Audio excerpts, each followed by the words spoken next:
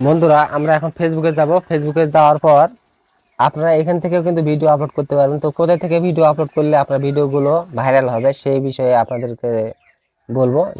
আপনারা এখান থেকে ভিডিও আপলোড করলে ভিডিওগুলো ভাইরাল হবে।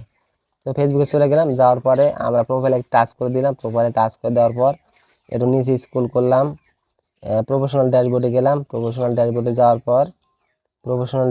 যাওয়ার পর আপনারা এখানে দেখতে পাচ্ছেন, এখানে লেখা আছে টুলস। এই টুলসে ক্লিক করে দিলাম। টুলসে ক্লিক করে দেওয়ার পর আপনারা দেখতে পাচ্ছেন এখানে স্পাইন হুপ লেখা আছে। স্পাইন হুপে ক্লিক করে দিব। দেওয়ার পর এখানে সং লেখা আছে।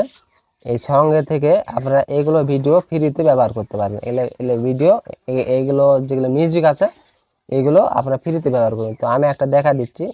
এইটা, এই যে এখানে যে টাচটা আছে, এখানে এখানে আপনারা এই যে এখান থেকে আপনারা অবশ্যই নিতে পারবেন।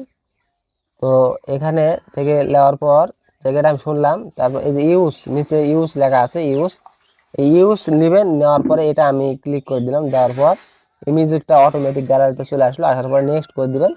নেক্সট করে দেওয়ার পর এখান থেকে আপনার থাম্বনেল দিয়ে এবং এই সে মোর সেটিংটা অন করে দিয়ে এখানে উপরে ডিসক্রিপশান এবং হ্যাশট্যাগ সব কিছু লিখে শেয়ার নাওতে ক্লিক করে দেবেন, তাহলে হয়ে যাবে। বন্ধুরা ভিডিওটা ভালো লাগলে অবশ্যই লাইক কমেন্ট শেয়ার করে এবং ফেসবুক পেজটা ফলো দিয়ে ইউটিউব চ্যানেলটা সাবস্ক্রাইব করে পাশে থাকবেন বন্ধুরা।